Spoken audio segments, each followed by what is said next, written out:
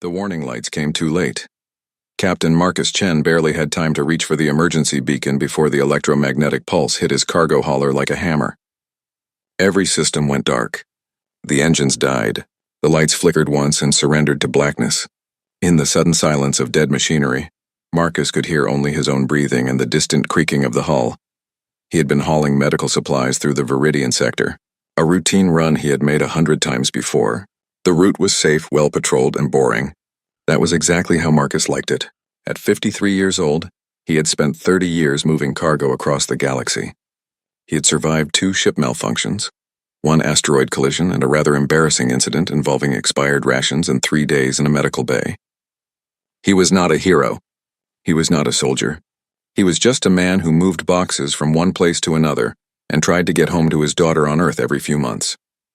The secondary lights flickered on, running on backup power. Marcus checked his suit seals out of habit even though the hull integrity was still good. Through the forward viewport he could see them approaching. 3 ships, angular and dark, with the distinctive red markings of the Kethric Syndicate painted across their hulls. His stomach dropped. Everyone in this sector knew about the Syndicate. They were criminals, slavers, and pirates who controlled 12-star systems through fear and violence. They operated in the spaces between legitimate government control, where the Galactic Council's authority was weak, and local defense forces were understaffed. Most cargo haulers paid protection money or avoided Syndicate territory altogether. Marcus had always avoided it. He was in a safe zone, or at least it was supposed to be safe.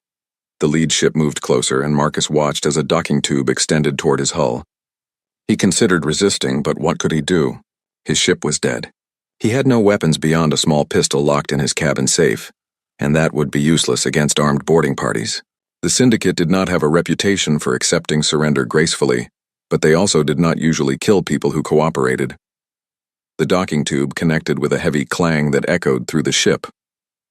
Marcus stood up from his pilot chair and straightened his flight suit. If these were pirates, they would take his cargo and maybe rough him up a bit. He could survive that. He had insurance. The medical supplies would be replaced. He would file a report with the council and move on with his life. The airlock cycled open with a hiss of equalizing pressure. 6 figures stepped through, all wearing combat armor and carrying weapons that looked far too military for common pirates. They were Kethric, a species that resembled Earth's lizards if lizards stood 7 feet tall and had 4 arms. Their leader, identified by the gold trim on his armor, pointed a weapon directly at Marcus's chest. "Captain Marcus Chen," the leader said in heavily accented Galactic Common. "You will come with us." Marcus raised his hand slowly. "Look, take whatever you want. The cargo is medical supplies, mostly antibiotics and surgical equipment. It is worth maybe 30,000 credits. The ship is insured. Just take it and let me go." The leader made a sound that might have been laughter. "We do not want your cargo, human. We want you." That was when Marcus realized this was not a normal pirate raid. They hauled him through the docking tube without ceremony. His hands were bound with electronic restraints that buzzed uncomfortably against his wrists. They took his communicator, his personal data pad, and even his lucky coin, the one his daughter had given him before his first cargo run. They stripped his ship of anything valuable, and then, to his horror, they set charges. "Wait," Marcus said, his voice rising. "You said you wanted me, not the ship. Why destroy it?" The leader looked at him with cold, reptilian eyes. "No evidence. No witnesses, no trail. The galaxy will think you disappeared in an accident. Engine failure, perhaps. These things happen in space." Marcus watched through a viewport as his cargo hauler, the ship he had owned for 15 years, exploded in a brief flash of light and debris. 30 years of his life gone in an instant. The medical supplies that were supposed to save lives on a colony world, scattered across the vacuum. Everything he owned except the clothes on his back destroyed. The Syndicate ship jumped to faster-than-light travel, and Marcus was dragged to a holding cell deep in the vessel's interior. The cell was small, maybe 3 meters by 3 meters, with a metal bench bolted to one wall and a sanitation unit in the corner. The walls were bare metal, cold to the touch. A single light panel in the ceiling provided harsh white illumination that never dimmed. He sat on the bench and tried to think. Why would the Syndicate want him specifically? He was nobody important, just a cargo hauler. He did not have rich family members. He did not have access to corporate secrets or government information. His bank account held maybe 50,000 credits, enough to pay for his daughter's university and keep him comfortable between jobs, but nothing worth a kidnapping. Unless this was not about him at all. The thought hit him like cold water.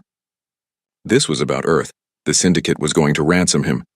They would demand money from the Terran government, probably a huge amount, and they would threaten to kill him if Earth did not pay. It was a classic hostage situation, the kind that happened occasionally throughout the galaxy. The Altarians had paid ransom for one of their diplomats just 3 years ago. The Vryn Collective paid out regularly to keep their merchant fleet safe from pirates. But Earth was different. Marcus had served 4 years in the Solar Defense Force when he was younger. Before he became a civilian hauler, he had never seen combat, had spent most of his time maintaining supply lines and learning logistics. But he had learned about Earth's policies. He had sat through the briefings. He knew what Protocol Nightfall meant, even if most humans had forgotten it existed. Earth did not negotiate with hostage takers. Earth did not pay ransoms. Earth erased threats. He tried to tell himself he was wrong. That was old policy from the early days of human space exploration, back when humanity was still finding its place in the galaxy. Surely the government had changed. Surely they would be reasonable. Surely they would not risk a war over one unimportant cargo hauler. But deep down, Marcus knew the truth. The syndicate had made a terrible mistake. The journey took 3 days. Marcus was fed twice a day, tasteless nutrient paste that kept him alive but did nothing for morale. Guards came by every few hours to check on him, but they did not speak. He tried asking questions, but they ignored him. He was cargo now, a product to be traded, and cargo did not need conversation. On the 3rd day, the ship dropped out of FTL and docked with something much larger. Marcus felt the docking clamps engage and heard the deep vibration of a massive station systems humming through the walls. They moved him again, this time through corridors that spoke of serious money and serious power. The station was not some makeshift pirate base.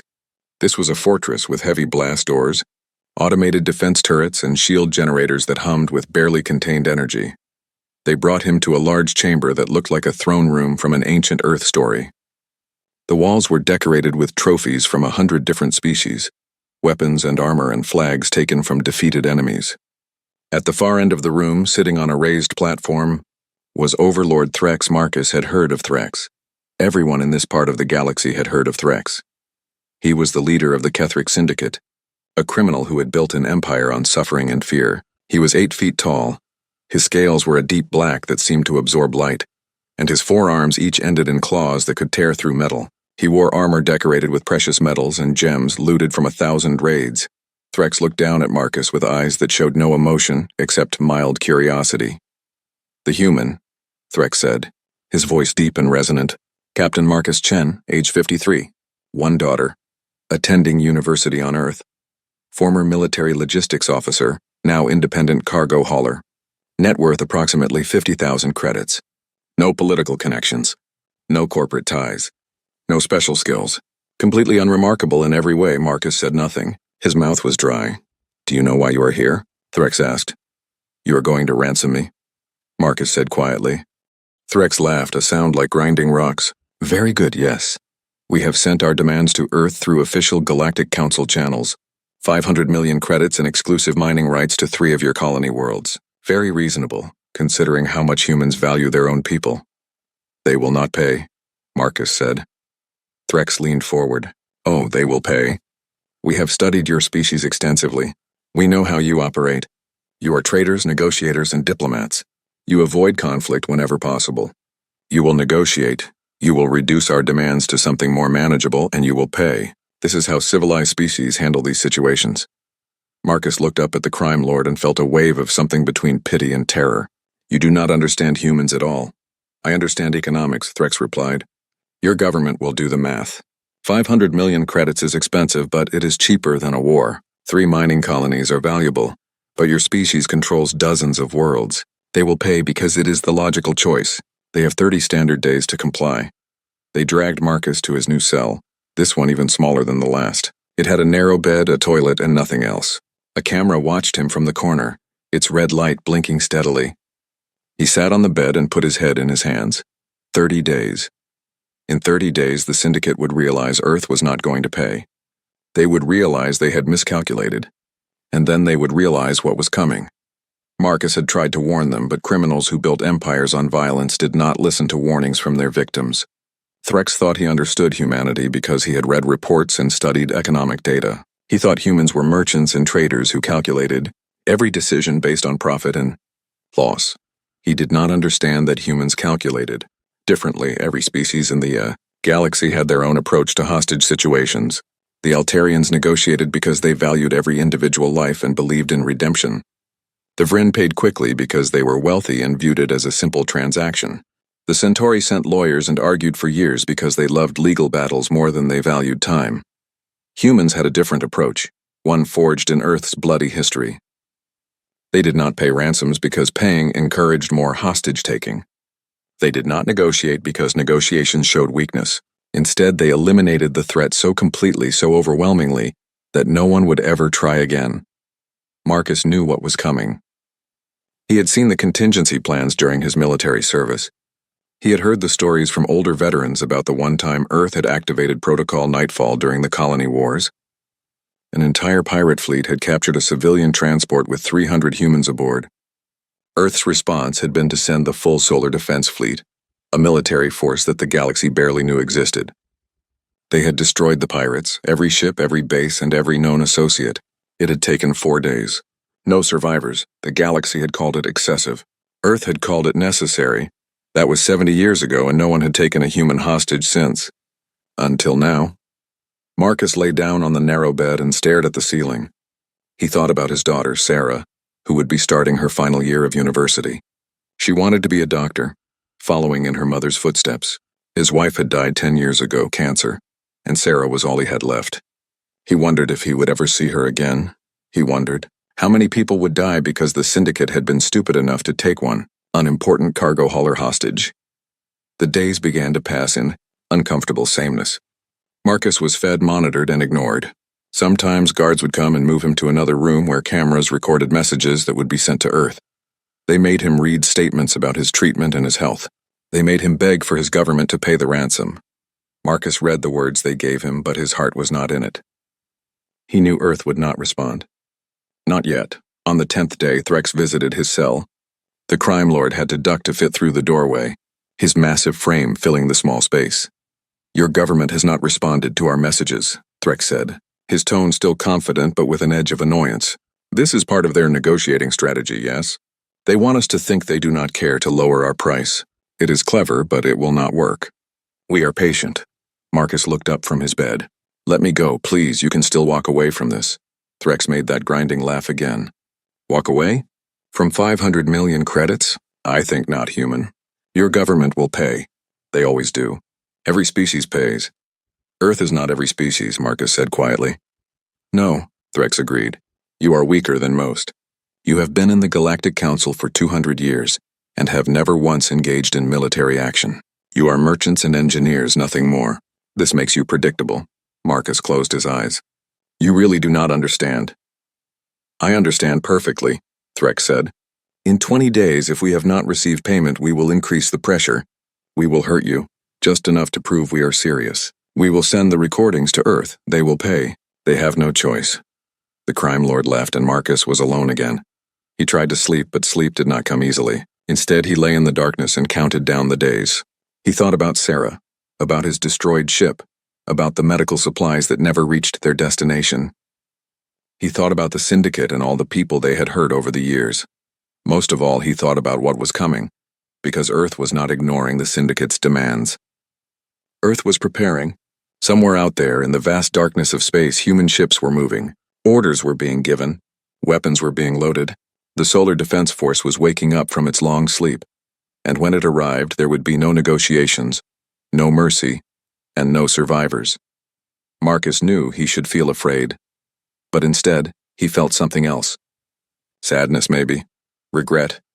Because he knew that what was coming was not really about saving him. It was about sending a message that would echo across the galaxy for generations. You do not touch humanity. Not even one of them. Not ever. The price for taking Marcus Chen hostage would be measured in ash and empty void where the Syndicate's empire once stood. It would be measured in destroyed stations and shattered fleets and burning worlds. It would be a price so high that no species would ever dare to take another human hostage again. Marcus pulled the thin blanket over himself and stared at the camera's blinking red light. "I tried to warn you," he whispered to the empty cell. I really did. The camera recorded everything, but no one was listening. Ambassador Kiresh of the Altarian Concordat had served on the Galactic Council for 47 years. In that time, she had witnessed countless crises, mediated hundreds of disputes, and learned to read the subtle currents of galactic politics as easily as breathing. She prided herself on understanding every member species, their cultures, their values, and their predictable responses to various situations. But right now, standing in the council chambers on Unity Station, she was confused. Has anyone received a response from Earth? She asked the assembled representatives. The Vryn delegate, a crystalline being that communicated through light pulses, flashed negative. The Centauri representative, insectoid and methodical, clicked a firm no. The dozen other species present all indicated the same thing. Earth had gone silent. It has been 10 days since the Ketheric Syndicate sent their ransom demand, Kiresh continued. This is highly unusual. The humans always respond to diplomatic communications within 48 hours. Always.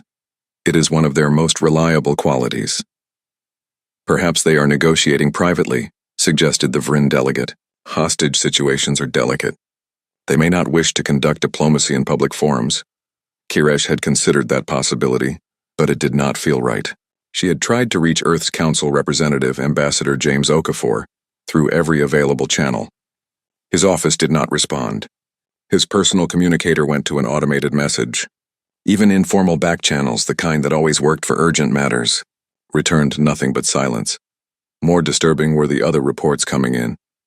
I have received word from our merchant fleet, Kiresh said carefully. Human cargo ships have disappeared from the major trade routes. Ships that were scheduled to dock at our stations never arrived. Independent human traders who operate in our space have departed without explanation. Has anyone else noticed this? Around the chamber, representatives began to murmur and consult their own data. The Centauri delegate's antennae twitched rapidly, a sign of agitation. Our shipping manifests show the same pattern, the Centauri confirmed. 17 human-operated vessels were scheduled to arrive at our ports over the last 10 days. None appeared. No communications. No explanations. We assumed mechanical failures or route changes, but 17 simultaneous changes is statistically improbable.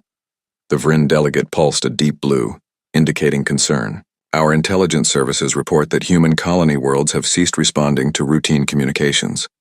Not just government channels, everything, tourist information, trade inquiries. Even civilian social networks that connect different species have gone quiet on the human side. Kiresh felt a cold sensation in her chest. Something was happening, something large, and the council was completely blind to it. We should send an investigation team to Earth, she suggested. If there is some kind of communications failure or internal crisis, we should offer assistance. Agreed, said the Centauri. I will petition the council for an emergency session. That session took place 6 hours later, with full attendance from all 43 member species. The council chamber was designed to accommodate the vast diversity of galactic life, with sections for water breathers, methane breathers, and even species that existed partially in other dimensions. It was a monument to cooperation and unity, built over centuries of difficult diplomatic work. Today, it felt empty without the humans. The council chair, a wise and ancient being from a species so old they had forgotten their original name, called the session to order. We are here to address the situation involving the human captain Marcus Chen and the Ketheric Syndicate's ransom demand, the chair announced. More pressingly, we are here to address Earth's concerning silence. Ambassador Kiresh, please present your findings. Kiresh stood and activated a holographic display. It showed the trade routes of known space with human traffic marked in blue. Over the last 10 days, the blue lines had vanished one by one until the display showed almost nothing. Human ships have withdrawn from galactic commerce, she explained. We estimate that over 90% of human civilian traffic has ceased. We have lost contact with human colony worlds. Earth's government is not responding to any diplomatic communications. We do not know why. Could this be related to the hostage situation? Asked a delegate from the far side of the chamber. It seems likely, Kiresh admitted, but we have no confirmation. The Syndicate reports that Earth has not responded to their demands either. They sent several follow-up messages, all ignored. The chamber erupted in discussion. Some delegates suggested that Earth was experiencing an internal political crisis. Others worried about a plague or natural disaster that might have disrupted their communications. A few suggested that humanity might have simply decided to withdraw from the Galactic Council entirely. No one suggested the truth, because the truth was unthinkable, far from Unity Station, in the deep darkness between stars. The Terran Warfleet was gathering. Admiral Sarah Okonkwo stood on the bridge of the HTMS Retribution, flagship of the Solar Defense Force, and watched as ship after ship dropped out of FTL and joined the formation. Destroyers, cruisers, carriers, and dreadnoughts, each one a masterpiece of human military engineering. Ships that the galaxy thought were outdated or few in number, ships that humanity had quietly built and maintained for 200 years just in case. The fleet now numbered 3,000 vessels, the largest military force humanity had ever assembled. Every ship was crewed and ready. Every weapon system had been tested and armed. Every captain knew their orders. Okonkwo was 61 years old, a career military officer who had spent 40 years in the Solar Defense Force. She had never seen combat, had never fired a weapon in anger, had spent her entire career training and preparing for a war that never came. She had started to think it never would. Then Marcus Chen was taken. "Fleet status report," she said to her operations officer. "All vessels present and accounted for, Admiral. We have 3,000 ships in formation. Total crew complement is 1.2 million. All systems green. All ships report ready for combat operations. And the civilian evacuation? Complete. All human civilian vessels have been recalled from foreign space. All human colonies have implemented lockdown protocols. All human citizens in foreign territory have been advised to evacuate or find secure locations. Our people are as safe as we can make them." Okonkwo nodded. That had been the first priority, making sure that no other humans would be taken hostage, that no human would be caught in the crossfire of what was coming.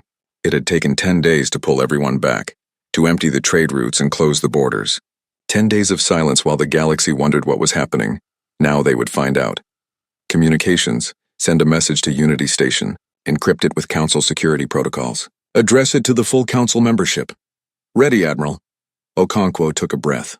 This was the moment that would define humanity's place in the galaxy for generations. She chose her words carefully. "Attention, Galactic Council. This is Admiral Sarah Okonkwo, commander of the Terran Warfleet. We are coming for our citizen, Captain Marcus Chen.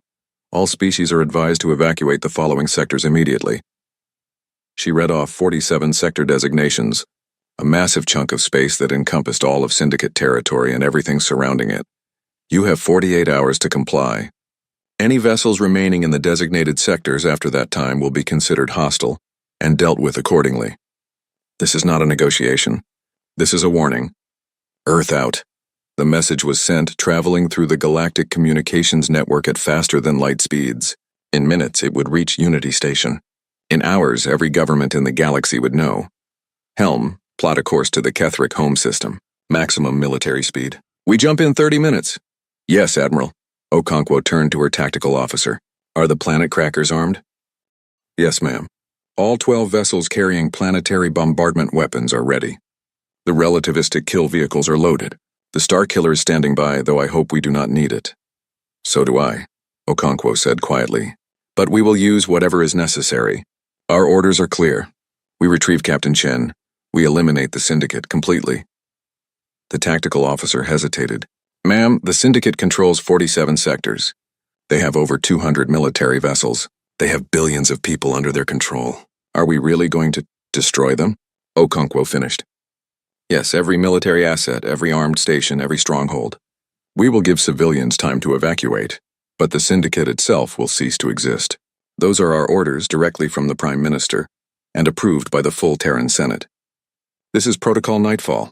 Around the bridge, officers worked in silence. Some looked uncomfortable. Some looked determined. All of them did their jobs. Okonkwo understood their feelings. This was not glory. This was not heroism. This was extermination, pure and simple. But it was also necessary. Humanity had learned through its long and bloody history that some lessons had to be taught in fire and ash. You could not reason with slavers and kidnappers. You could not negotiate with criminals who saw kindness as weakness. You could only make them cease to exist. 30 seconds to jump, the helm officer announced. Okonkwo sat in her command chair and watched the countdown. 3,000 ships. One hostage. Some species would say it was insane that no single life was worth this much destruction. But those species did not understand humanity. Humans were not calculating the value of Marcus Chen against the cost of war. They were calculating the value of every human who would never be taken hostage after today. Jump! The fleet vanished into FTL, leaving empty space behind.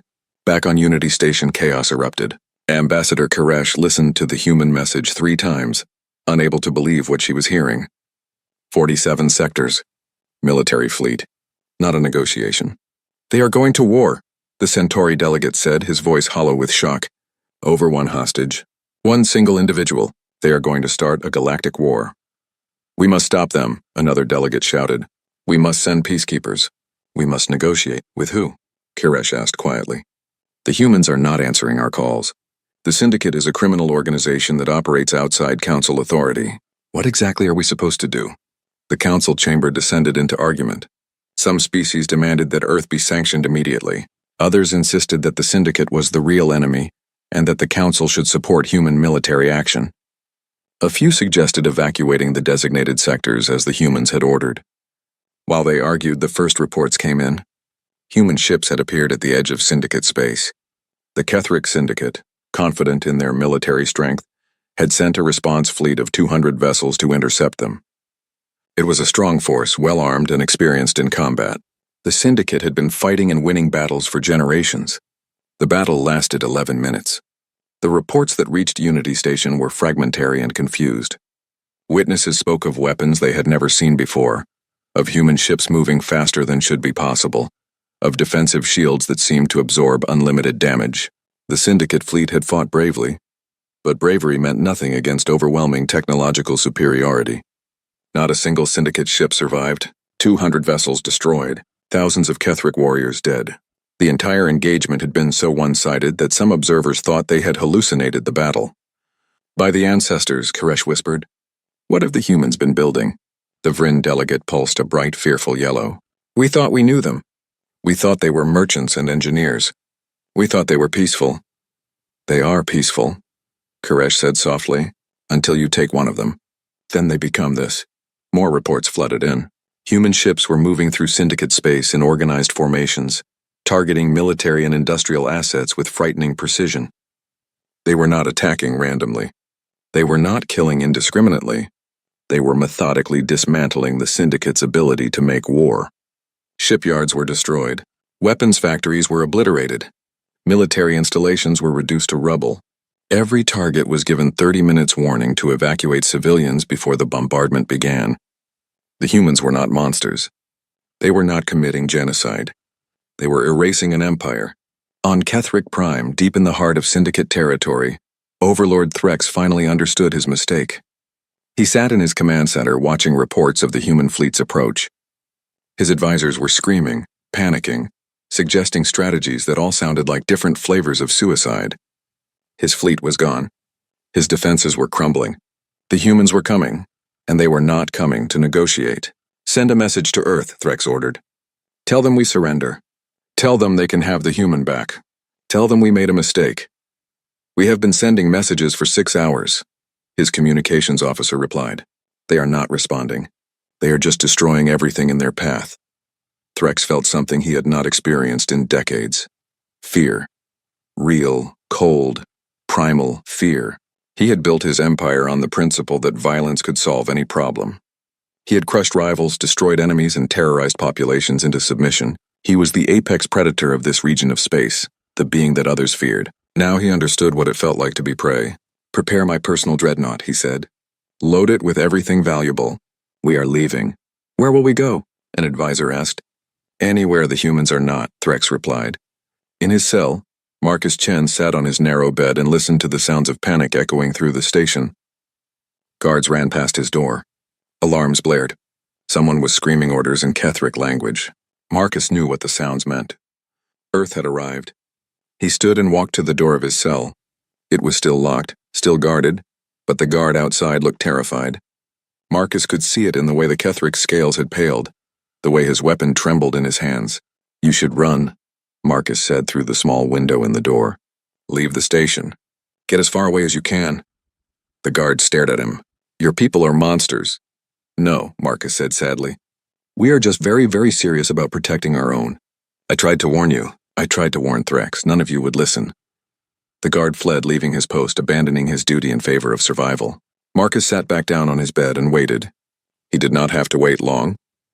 The human fleet emerged from faster-than-light travel at precisely 0600 hours Galactic Standard Time.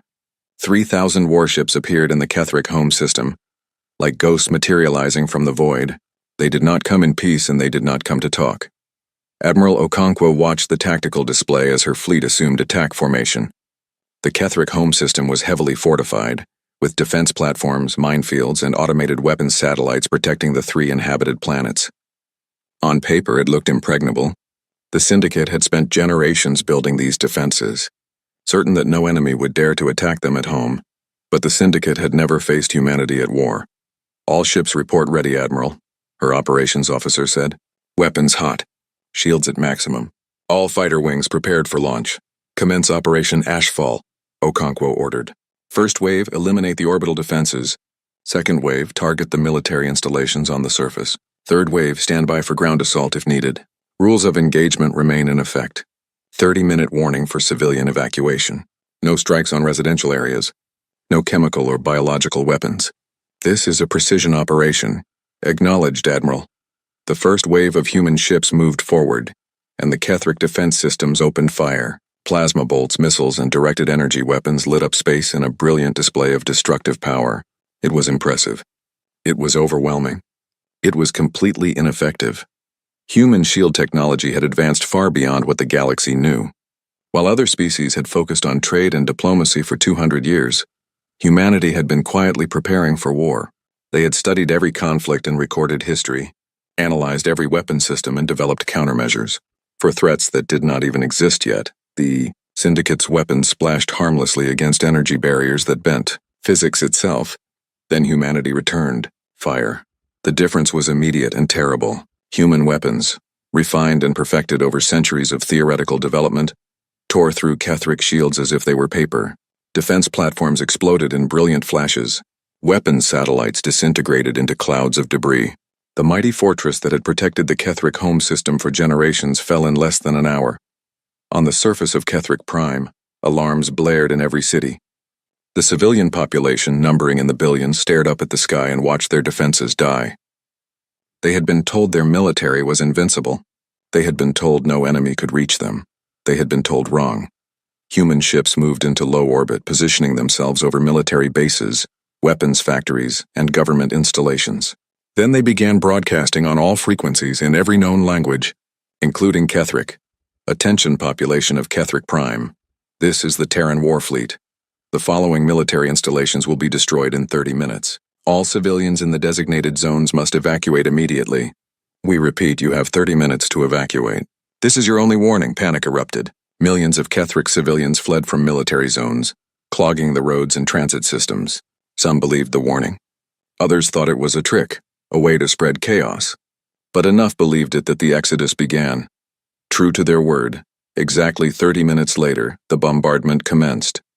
Precision strikes from orbit destroyed military bases with surgical accuracy. Weapons factories were reduced to smoking craters. Command bunkers were vaporized. The Syndicate's military infrastructure, built over generations, was erased in a matter of hours. And through it all, the human fleet avoided civilian casualties with almost obsessive care. This was not genocide. This was not random destruction. This was calculated, methodical elimination of military capability. But it was still terrifying. In orbit around the second planet, a Syndicate battle station opened fire on human ships. It was a massive installation, home to 50,000 military personnel, and armed with enough firepower to level a continent. The station's commander, a veteran warrior named Krex, refused to surrender. "We are Ketheric," he broadcast to his crew. "We do not yield. We do not run. We fight until death." His crew, loyal and brave, cheered and returned to their stations.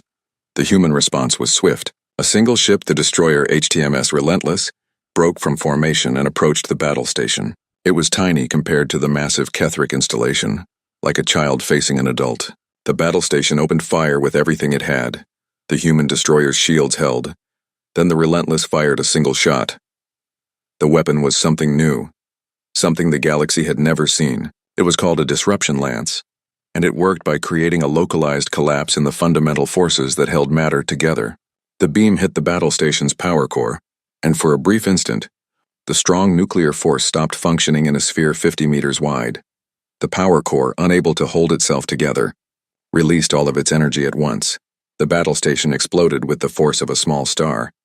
Krex and his 50,000 warriors died instantly, their defiance and bravery meaning nothing against the laws of physics weaponized by human ingenuity. It took 4 hours to secure the Kethric home system. 4 hours to dismantle defenses that were supposed to hold for months. The Syndicate's military leadership, watching from their bunkers, finally understood the scope of their mistake.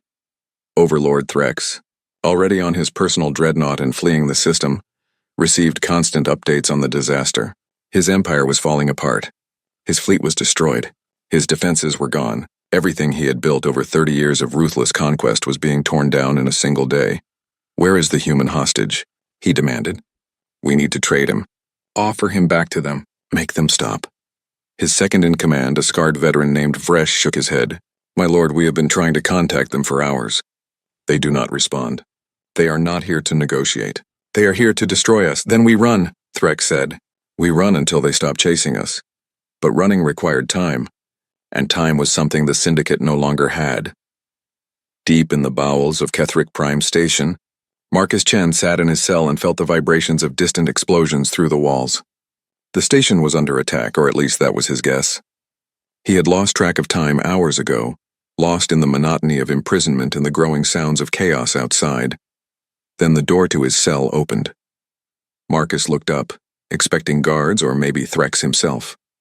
Instead, he saw something that made his heart skip. Humans. 3 of them dressed in armor so black it seemed to absorb light. They moved with the fluid grace of professional soldiers, weapons ready, visors hiding their faces. "Captain Marcus Chen?" the lead soldier asked, his voice calm despite the alarm klaxons blaring throughout the station. "Yes," Marcus said, standing up on shaky legs. "Yes, that is me. Night Stalker Team 7, we are here to take you home, sir. Are you injured?" Marcus shook his head. "No, I mean, they hit me a few times, but nothing serious." "How did you get in here?" "This station has defenses, shields, security systems."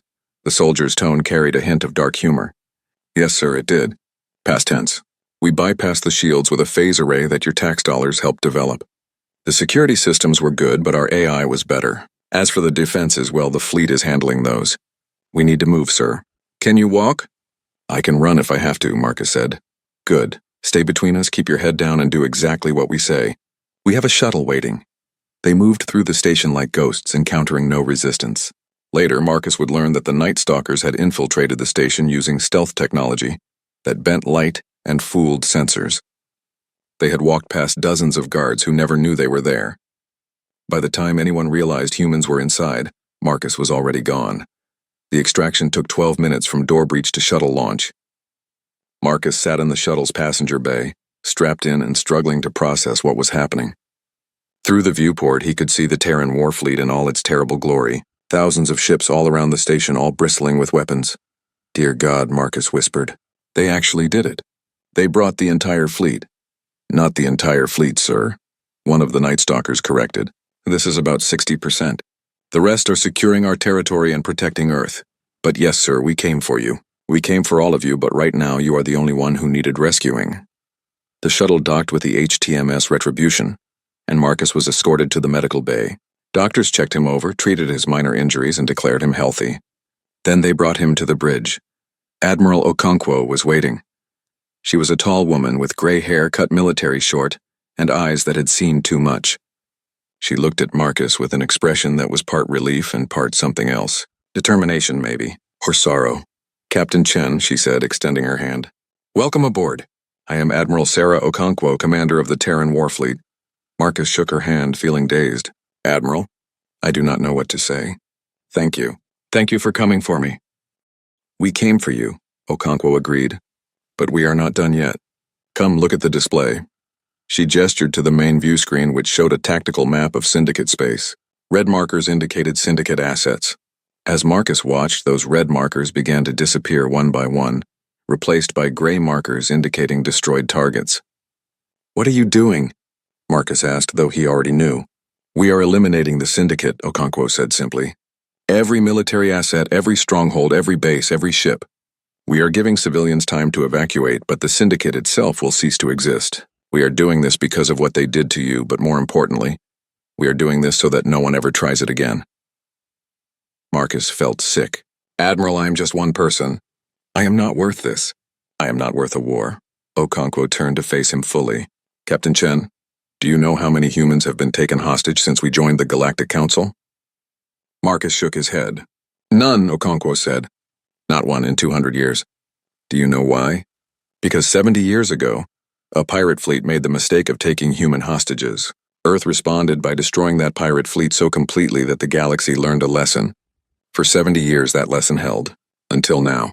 Until the Syndicate decided that enough time had passed, that maybe humans had gone soft, that maybe they could take one of us and nothing would happen.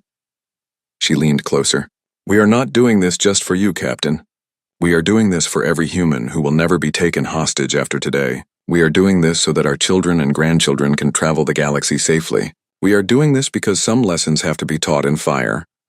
Marcus looked at the tactical display again, watching the red markers disappear. How many people are going to die? We are doing everything we can to minimize civilian casualties, Okonkwo said.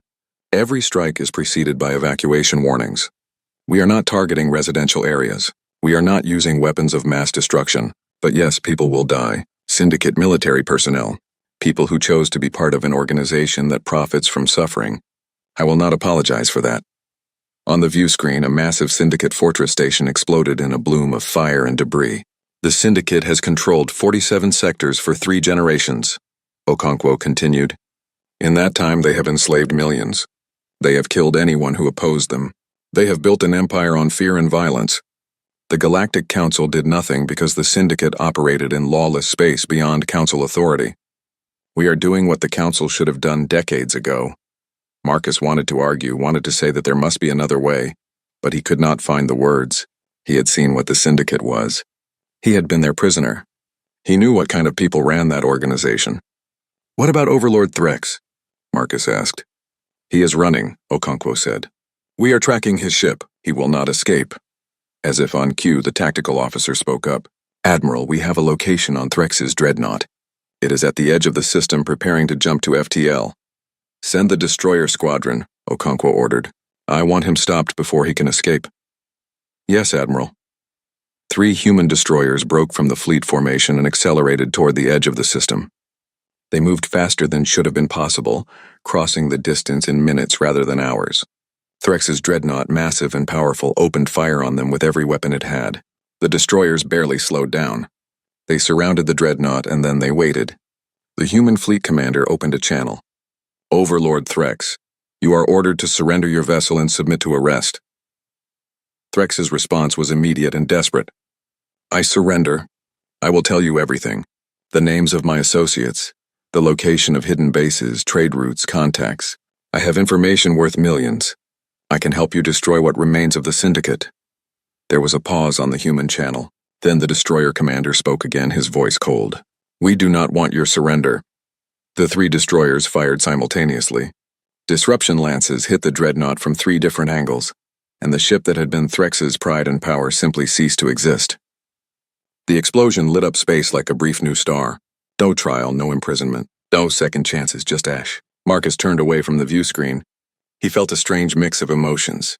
Relief that he was safe, horror at the destruction being carried out in his name, and underneath it all a growing understanding of what humanity truly was. They were not the peaceful traders the galaxy thought they knew. They were not the harmless engineers who fixed broken systems and negotiated favorable deals. Those things were true, but they were only part of the truth. Humanity was a species that valued peace but was willing to wage war when necessary. They were a species that preferred negotiation, but would not negotiate when it came to the safety of their own people. They were a species that could be kind and generous and helpful. Right up until you crossed the one line they had drawn in the stars. Do not touch humanity. Do not take their people. Do not test their resolve. The galaxy was learning that lesson again, written in fire and blood in the empty void where the Syndicate used to be. How long until it is over? Marcus asked quietly. Okonkwo checked her displays. At the current pace, approximately 72 hours. 3 days to dismantle an empire that took 30 years to build. After that, we will return to Earth. You will see your daughter again, Captain Chen. Marcus nodded, not trusting himself to speak. 3 days. 3 days to change the galaxy forever. 3 days to prove that humanity's mercy was real. But so was their capacity for overwhelming violence. 3 days to teach a lesson that would echo for centuries. Outside the ship, the war continued. Human vessels moved from system to system, target to target, executing Operation Ashfall with mechanical precision. The Syndicate fought back where they could, but every battle ended the same way. Human victory, Syndicate destruction. The galaxy was watching, and the galaxy was learning. Some species were horrified. Some were impressed. Some began to wonder what other secrets humanity had kept hidden during their 200 years of peaceful coexistence. But all of them learned the same lesson. You do not touch humanity.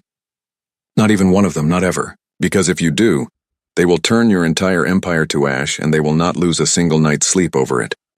The medical bay of the HTMS Retribution was quiet, except for the steady hum of monitoring equipment. Marcus Chen sat on the edge of a medical bed, staring at a datapad that showed the tactical overview of Operation Ashfall. The screen displayed sector after sector, each one marked with status updates. Station destroyed, shipyard obliterated, fortress neutralized, military installation eliminated. The list went on and on, a catalog of destruction so comprehensive that it took Marcus's breath away. In 72 hours, the Terran Warfleet had systematically dismantled everything the Ketheric Syndicate had built over 3 generations. 47 sectors, once controlled by criminals and slavers, were now empty of Syndicate presence. You should rest, Dr. Amara Singh said, approaching with a concerned expression. She was the ship's chief medical officer, a woman in her 40s with kind eyes and steady hands. You have been through a traumatic experience. Your body needs sleep. I cannot sleep, Marcus said, not looking up from the pad. Every time I close my eyes, I see the numbers. 47 stations, 12 shipyards, 8 fortress worlds. How many people died, Doctor? Singh sat down beside him. The official count is approximately 40,000. Almost all military personnel who refused to evacuate when warned.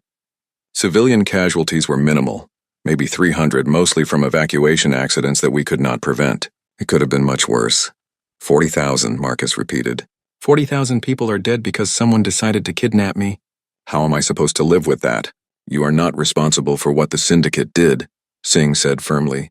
And you are not responsible for Earth's response.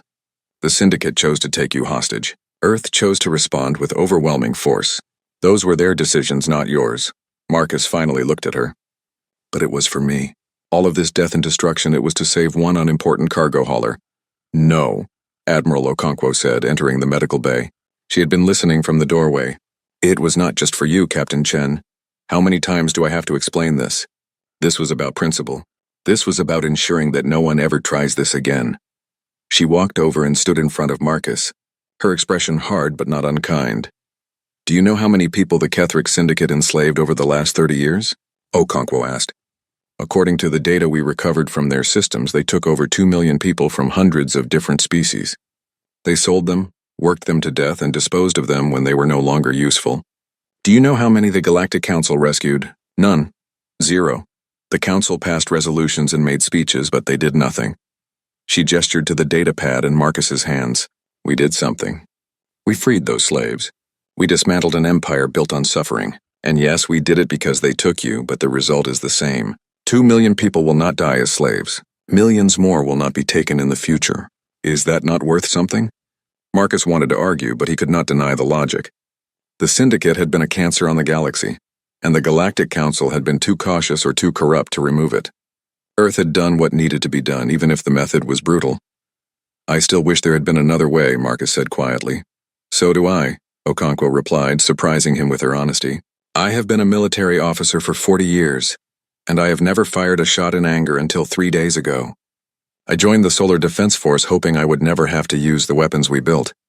But hoping is not the same as being unprepared. The galaxy needed to remember what humanity is capable of when pushed. Now they know. She turned to leave, then paused. Get some rest, Captain. In 12 hours, we will be back in Earth orbit.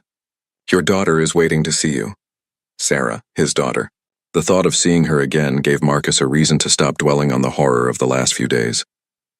He set down the datapad and lay back on the medical bed, closing his eyes and trying to find sleep. Across the galaxy on Unity Station, the Galactic Council was in chaos. Ambassador Koresh of the Altarian Concordat stood before the assembled delegates, trying to maintain order in a chamber that seemed on the verge of dissolving into violence. Representatives were shouting at each other, making accusations, demanding action that no one could actually take. "Order," Kiresh called out. "We must have order." The Vryn delegate, normally calm and logical, was pulsing an angry red. The humans have committed an act of aggression unprecedented in Council history. 47 sectors, 40,000 dead. They did not seek Council approval. They did not attempt diplomatic solutions. They simply attacked. They attacked a criminal organization, countered the Altarian military observer. The Ketheric Syndicate was not a Council member. They operated outside galactic law. They were kidnappers, slavers, and murderers. Are we really going to defend them? "We are not defending the Syndicate," the Centauri representative said, his antennae quivering with agitation. "We are condemning the disproportionate response. One hostage does not justify the destruction of 47 sectors. Then what would justify it?" A new voice asked. All eyes turned to the human section of the Council chamber. Ambassador James Okafor was finally present, sitting calmly in his seat as if he had not been absent for 2 weeks. He looked relaxed, almost casual, which made his presence even more disturbing given the circumstances. "Ambassador Okafor," Kiresh said carefully, "we are pleased you could join us. We have many questions about Earth's recent actions." "I am sure you do," Okafor replied. "But before you ask them, let me ask you something. How many Council resolutions were passed regarding the Ketheric Syndicate? How many times did this Council condemn their actions, their slavery, their piracy, their murders? And how many times did the Council actually do something about it?" Silence fell over the chamber.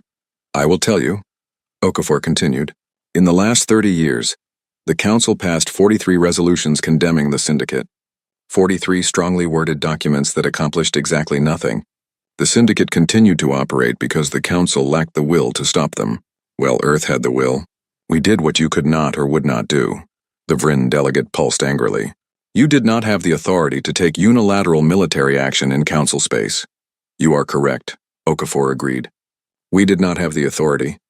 That is why, effective immediately, Earth withdraws from the Galactic Council." The chamber erupted. Representatives shouted in a dozen different languages. Some demanded explanations. Others made threats. Kiresh felt her heart sink. This was the worst possible outcome. "Ambassador Okafor," she said, trying to project calm she did not feel, "please reconsider. Earth has been a valued member of this council for 200 years. Surely we can find a diplomatic solution." Okafor stood and the chamber gradually quieted. When he spoke, his voice carried clearly to every corner of the room. "For 200 years, humanity has participated in this council in good faith. We have followed your rules. We have respected your authority. We have contributed to peacekeeping operations, humanitarian missions, and scientific cooperation. We asked only one thing in return, that our citizens be protected under council law. You failed." He paused, letting the words sink in. "When the Syndicate took Captain Marcus Chen, we waited to see what the council would do. We waited 10 days. The council did nothing. You debated. You formed committees. You passed emergency resolutions that had no teeth and no enforcement. Meanwhile, a human citizen was held hostage by criminals and the council's response was bureaucratic paralysis." Okafor's expression hardened. "We will not make that mistake again. Humanity no longer requires council permission to defend our people. We no longer seek council approval for our actions. We withdraw from this body effective immediately. We will maintain trade relationships with individual species who wish to trade with us, but we will no longer participate in collective governance." "You cannot simply withdraw," the Centauri delegate protested. "There are treaties, agreements, obligations, all of which Earth will honor with individual species on a bilateral basis," Okafor replied. "But our membership in this council is over. We gave you 200 years to prove that collective security meant something. You proved it does not." Kiresh stepped forward. "Ambassador, please. If Earth withdraws, it will destabilize the entire galactic order. Other species will follow. The council could collapse." "Then perhaps it should," Okafor said bluntly. "A council that cannot protect its members from kidnappers and slavers is not a council worth preserving. If our withdrawal causes other species to question their membership, then those are questions they should be asking." He walked toward the exit, then turned back one final time. "I am authorized to deliver one more message from Earth. This is not a threat. This is a statement of fact. Humanity wants to be left alone. We do not want your territory.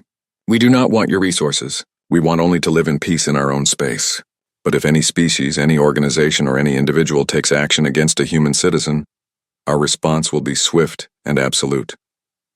We will not negotiate. We will not pay ransoms. We will eliminate the threat completely.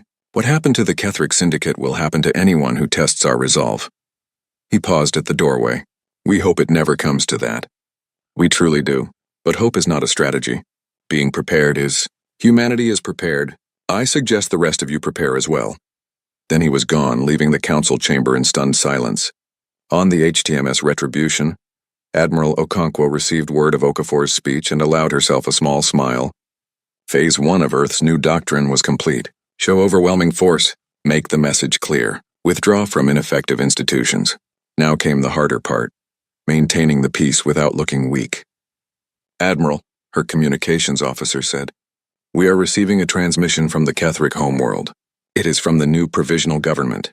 Put it through, Okonkwo ordered. A Ketheric appeared on the screen. But this one looked different from the syndicate members she had been dealing with. This one wore simple civilian clothing and looked exhausted. I am Council Speaker Vren, the Ketheric said. I lead the provisional government that is formed in the wake of the syndicate's collapse. On behalf of the Ketheric people, I wish to convey several messages. Okonkwo listened carefully. First, we thank you for freeing us from the syndicate's rule, Vren continued. They were criminals who seized power 3 generations ago and held our people hostage. We have lived under their tyranny for decades, unable to overthrow them ourselves. Your actions, while terrifying in their scope, have liberated us. That was not what Okonkwo had expected to hear. Second, we mourn the dead on both sides.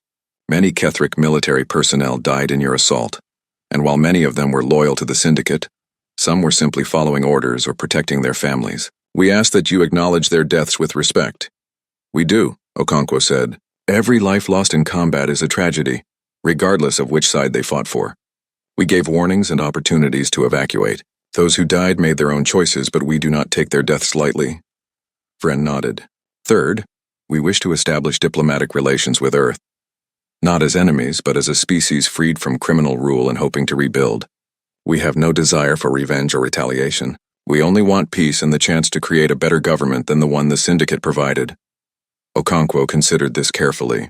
Earth is willing to open diplomatic channels with a legitimate Ketheric government.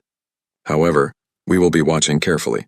If your new government engages in the same criminal activities as the syndicate, our response will be the same. Understood, Vren said. We have no intention of repeating the syndicate's mistakes. We have seen what happens when you threaten humanity. It is a lesson we will not forget. The transmission ended and Okonkwo leaned back in her command chair. That was one crisis potentially averted, but there would be others. Earth's withdrawal from the Galactic Council would have ripple effects across the entire galaxy. Some species would see it as an opportunity, others would see it as a threat. Admiral, her tactical officer said, long-range sensors are detecting movement in the Vrin sectors. Military buildup looks like. They are mobilizing their fleet. Are they moving toward us? Okonkwo asked. No, ma'am. They appear to be fortifying their own territory. Defensive posture. They are afraid, Okonkwo said quietly. They are afraid we might decide they are the next threat. Are we? The tactical officer asked. No, Okonkwo said firmly. But we need them to believe we could be. Fear will keep them from testing us. Fear will keep our people safe. It was a cold calculation, but Okonkwo had learned long ago that peace was not maintained through kindness alone. It was maintained through a careful balance of cooperation and the credible threat of overwhelming force. Humanity had been kind for 200 years. Now they were showing the galaxy that kindness had limits. On Earth, in a university dormitory in Geneva, Sarah Chen received the message she had been waiting for. Her father was alive. He was coming home. She collapsed into her roommate's arms and cried, releasing 2 weeks of fear and anxiety. Her father, her only remaining family, had been taken by criminals. For days she had watched the news reports with growing horror as Earth mobilized for war. She had been terrified that her father would be killed, that she would lose him the same way she had lost her mother. But he was safe. He was coming home. The news feeds were full of debates about Earth's response. Some people called it heroic. Others called it excessive. Politicians argued about whether the government had done the right thing. Philosophers debated the ethics of proportional response. Sarah did not care about any of that. Her father was alive and he was coming home. That was all that mattered to her. But in the quiet moments when she was alone with her thoughts, She wondered about the cost. She wondered about the 40,000 people who had died. She wondered about the Ketherick families who lost loved ones. She wondered if her father would ever be the same after watching an empire burn in his name. These were questions without easy answers, questions that would haunt humanity for generations. But they were questions for another day. For now, Sarah Chen prepared to welcome her father home, while the galaxy watched and learned that humanity's patience had limits, and crossing those limits came with a price measured in ash and empty stars. 1 month after the Ketherick incident, as historians were already calling it, Marcus Chen stood in front of a memorial on Earth. The memorial was simple, just a black granite wall with names carved into the stone. These were not the names of human casualties, for there had been none. These were the names of the 317 Ketherick civilians who had died during the evacuation chaos, crushed in stampeding crowds or killed in accidents as millions fled from Earth's bombardments.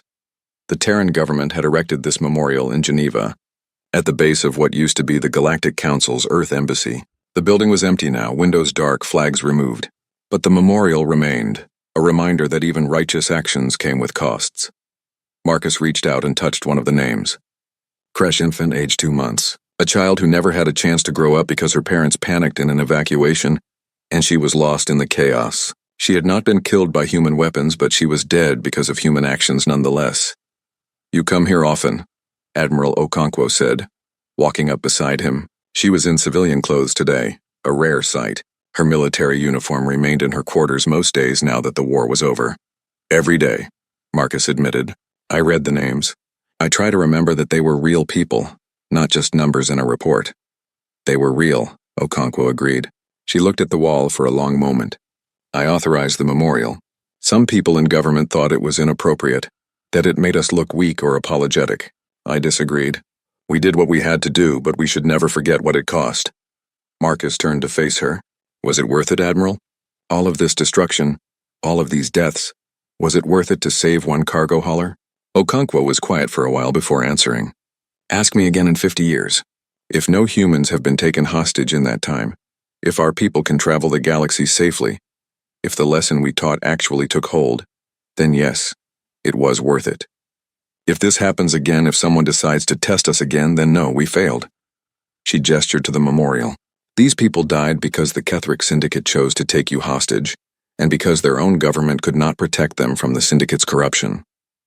Their deaths are tragic, but they are not your responsibility. The Syndicate made the first move. We finished it. The galaxy sees us differently now," Marcus said. "Yes," Okonkwo agreed. "They do, is that a bad thing?" Marcus did not have an answer. Across the galaxy, the changes were already visible. Human space had become a zone that other species approached with caution. Trade still happened, but only at designated neutral stations on the borders of human territory. No foreign military vessels were allowed within 10 light-years of human colonies. No foreign government sent ambassadors to Earth anymore because Earth had made it clear they would not receive them. Humanity had effectively isolated itself, drawing a line around its territory and daring anyone to cross it. Some species respected that boundary. The Altarians, ever diplomatic, maintained friendly trade relations and sent messages of understanding through back channels. The new Ketherick government, grateful for liberation from the Syndicate, signed a non-aggression pact and worked to rebuild their society along more peaceful lines. But other species saw humanity's isolation as weakness. The Vryn Collective, a powerful military empire, began making aggressive moves in neutral space, testing boundaries and pushing against human-claimed territories. They never directly attacked, but they made their presence known. And there were the pirates. Not as organized as the Syndicate had been, but still dangerous. Small groups who thought humanity's withdrawal from the Galactic Council meant they were vulnerable. These pirates learned quickly that isolation did not mean weakness. When a pirate gang attacked a human mining colony on the frontier, Earth's response was swift. A single destroyer arrived within hours, eliminated the pirates with brutal efficiency, and left without making contact with nearby systems. The message was clear. Human space was protected and violators would not be arrested or negotiated with. They would simply cease to exist. After a few such incidents, pirate attacks on human targets stopped entirely.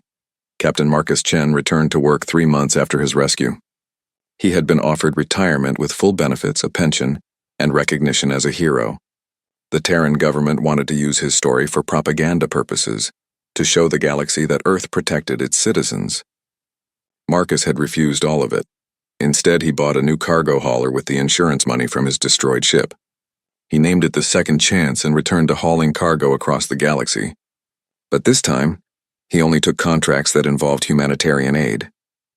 Medical supplies, food shipments for famine-stricken colonies, educational materials for developing worlds. He became known in the frontier regions as the human who helped anyone who needed it, regardless of species. He charged minimal fees, just enough to cover fuel and maintenance. He delivered supplies to places other haulers refused to go. Dangerous systems and war-torn regions where profit was impossible but need was greatest. "Why do you do this?" a young Altarian dock worker asked him one day, watching as Marcus unloaded medical supplies for a refugee camp. "You are famous. You could charge premium rates. You could live in luxury." Marcus smiled sadly. "Because the galaxy burned for me. 40,000 people died because someone took me hostage. The least I can do is prove that I was worth saving." Word of Marcus's work spread. Other human cargo haulers began following his example, taking on humanitarian missions and offering help to struggling colonies. It became a movement of sorts, humans trying to repair their reputation as warriors by showing they could also be helpers. But the fear remained. Marcus felt it every time he docked at a non-human station. The way other species looked at him, the way they stepped back when he approached, the way they spoke in hushed tones after he passed. He was not Marcus Chen, cargo hauler, anymore. He was Marcus Chen, the human the galaxy burned for. He was a symbol of Earth's power and Earth's willingness to use that power. One day, 6 months after his rescue, Marcus was making a supply run to a neutral trading station in the Viridian sector. It was routine work, exactly the kind of boring job he had always preferred. He delivered his cargo, collected his payment, and was preparing to depart when an alarm sounded. "Attention all vessels," the station's automated system announced. "Distress signal received. Civilian transport under attack by pirates. Location, Sector 773. All vessels capable of rendering assistance, please respond." Marcus checked his navigation display. Sector 773 was only 2 light years away. His cargo hauler was not a military ship, but it had basic defensive weapons and decent engines. He could help, but the transport under attack was not human. It was Vrin, the same species whose military was currently making threatening moves near human space. Some humans had started calling them the next potential enemy. Marcus made his decision in seconds. He set course for Sector 773 and engaged his FTL drive. He dropped out of faster-than-light travel to find a scene of chaos. A Vrin civilian transport, unarmed and clearly designed for passenger service, was surrounded by 3 pirate vessels. The pirates were firing on the transport's engines, trying to disable it for boarding. The transport's shields were failing and escape pods were already launching into space. Marcus activated his communication system.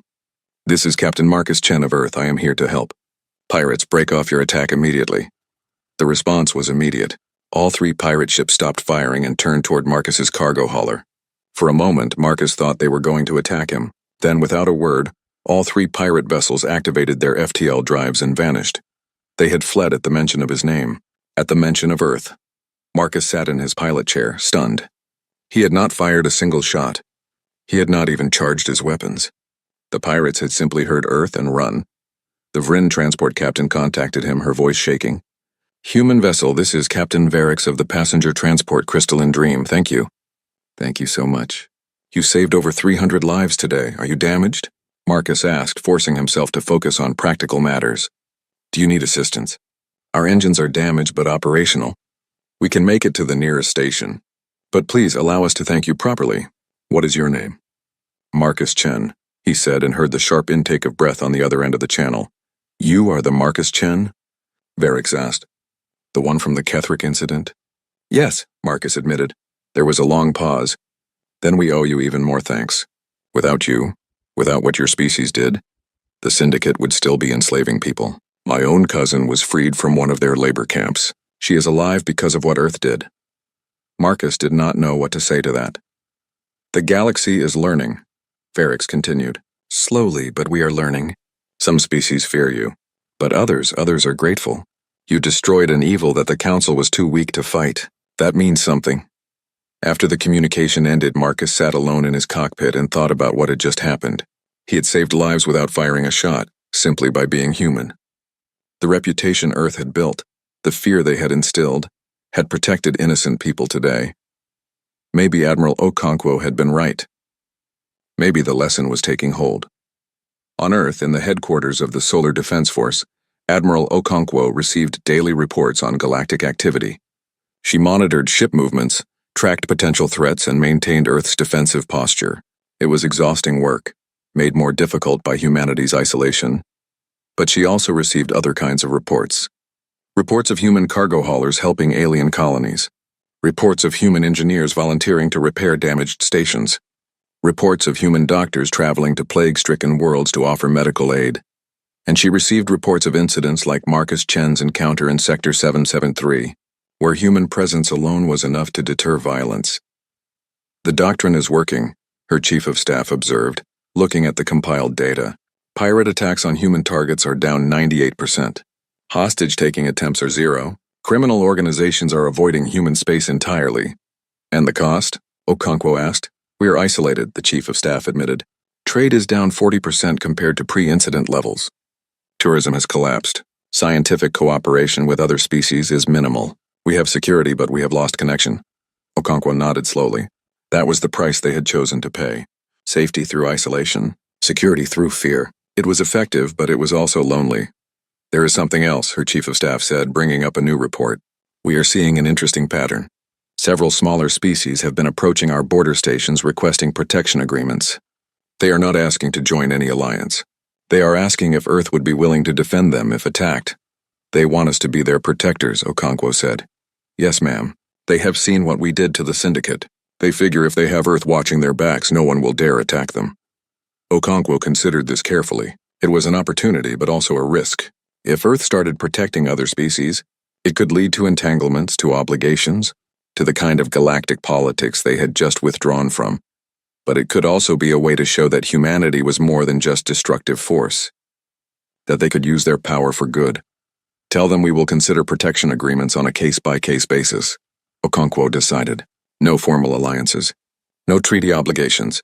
But if a species is genuinely threatened and comes to us for help, we will evaluate their situation. We will not be the galaxy's police force, but we can be its protector when the need is genuine. It was a small step, but it was something. 5 years after the Ketherick incident, historians and political scientists were still debating its impact. Universities across the galaxy taught courses analyzing Earth's response. Military academies studied the tactics and strategy. Diplomatic schools examined the breakdown of council authority and the rise of unilateral action. But the most important impact was the one that could not be easily measured. The galaxy had learned that humanity, for all their peaceful demeanor and trading culture, had limits. They had learned that crossing those limits came with consequences so severe that prevention was the only rational choice. In those 5 years, not a single human had been taken hostage. Not one. Pirate attacks on human vessels had effectively ceased. Criminal organizations avoided human space as if it were radioactive. Even aggressive military powers thought twice before conducting operations near human territory. The lesson had been learned. The price had been paid. The galaxy had changed. Marcus Chen continued his work, hauling supplies and helping those in need. He never sought recognition and avoided media attention whenever possible. But his reputation grew anyway. The human who the galaxy burned for, now spending his life proving he was worth it. His daughter Sarah graduated medical school and joined Doctors Without Borders, the galactic humanitarian organization. She spent her time traveling to disaster zones and war-torn regions, saving lives regardless of species. When asked why she chose such dangerous work, she always gave the same answer. My father is alive because humanity valued one life enough to go to war. I honor that by showing that every life has value. 10 years after the incident, the Galactic Council sent a formal request to Earth. They wanted humanity to return, to participate in galactic governance again. They promised reforms, better security measures, and actual enforcement of Council resolutions. Earth's response was polite but firm. No. We have learned that we cannot rely on collective security, Ambassador Okafor wrote in his response. We have learned that when it truly matters, we stand alone. This is not a rejection of cooperation or friendship with individual species. This is simply an acknowledgement that our safety is our responsibility, and ours alone. The Council accepted the response with disappointment but understanding. Earth had drawn its line and it would not cross back. 20 years after the incident, Marcus Chen was an old man. His hair had gone completely gray and his body was starting to feel the weight of years spent in zero gravity. He was considering retirement, thinking about spending his final years on Earth with his daughter and her children. But he took one more job. A colony on the frontier, struggling with food shortages, needed supplies. It was dangerous territory, disputed space where several factions fought for control. No other hauler would take the contract. Marcus took it. He delivered the supplies without incident, but on his return journey, his ship's sensors picked up something concerning. A small craft drifting without power. No distress signal, but clear signs of life support failure. Marcus changed course to investigate. As he approached, he identified the craft as a small personal yacht, expensive and well-made. Someone important was aboard, or at least someone wealthy. He docked with the yacht and cycled through the airlock. Inside, he found a single occupant, unconscious but alive. The being was Vryn, crystalline and beautiful, their internal light pulsing weakly. Marcus carried them back to his ship, placed them in his medical bay, and administered emergency aid. It took 3 hours of work, but eventually, the Vryn's vital signs stabilized. They would survive. When the Vryn woke, they stared at Marcus in confusion and fear. "You are human," they said weakly. "Yes," Marcus agreed. "I found your ship drifting. Your life support was failing. You are safe now. Why did you help me?" the Vryn asked. "My people and yours, we are not friends. Our governments barely speak to each other." Marcus smiled gently. "I did not save a Vryn government official. I saved a person. That is what humans do. We protect our own, yes, but we also help those who need it. Both things can be true." The Vryn's internal light pulsed in a pattern that Marcus had learned meant gratitude. "I am Ambassador Krill. I serve in the Vryn Diplomatic Corps. I was traveling to a negotiation when my ship malfunctioned. If you had not found me, I would have died." "Well, you did not die," Marcus said practically. "I am taking you to the nearest station where you can get proper medical care and contact your people. You will be fine." Krill studied Marcus for a long moment. "You are Marcus Chen, the one from the stories." "I am just a cargo hauler," Marcus said tiredly. "The stories make me into something I am not." "No," Krill said firmly. "The stories make you into a symbol. But I see the reality. You are a person who helps others regardless of who they are. That is more valuable than any symbol." 3 days later, when Marcus delivered Ambassador Krill to the Vryn diplomatic station, he was met with a level of ceremony that made him deeply uncomfortable. Vryn officials thanked him profusely. They offered rewards, honors, and trade agreements. Marcus refused them all. He just wanted to go home. But as he departed the station, he received one final communication from Krill. "Captain Chen, I want you to know something. When I return to my government, I will tell them what happened. I will tell them that humanity saved one of ours, asking nothing in return. I will tell them that the species that burned a galaxy for one of their own also saves the lives of strangers. Perhaps it will help our peoples understand each other better." "I hope so," Marcus said sincerely. 50 years after the Ketheric incident, Marcus Chen died peacefully in his sleep at the age of 103.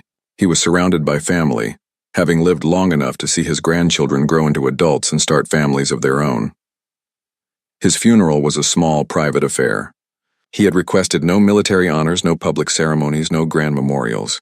Just family and friends remembering a man who had lived a quiet life doing good work. But the galaxy remembered him differently. In military academies across known space, his name was taught in the first week of officer training. Every cadet, regardless of species, learned about Marcus Chen and the Ketheric incident. They learned about what happened when you took a human hostage. They learned about proportional response versus absolute response. They learned about deterrence through overwhelming force. But they also learned about what Marcus Chen did after his rescue. They learned about his humanitarian work, his dedication to helping others, and his quiet example of using power responsibly. The lesson was complete. Humanity could destroy empires, but they could also build bridges. They could wage total war, but they could also offer total peace. They were not monsters, but they were not victims either.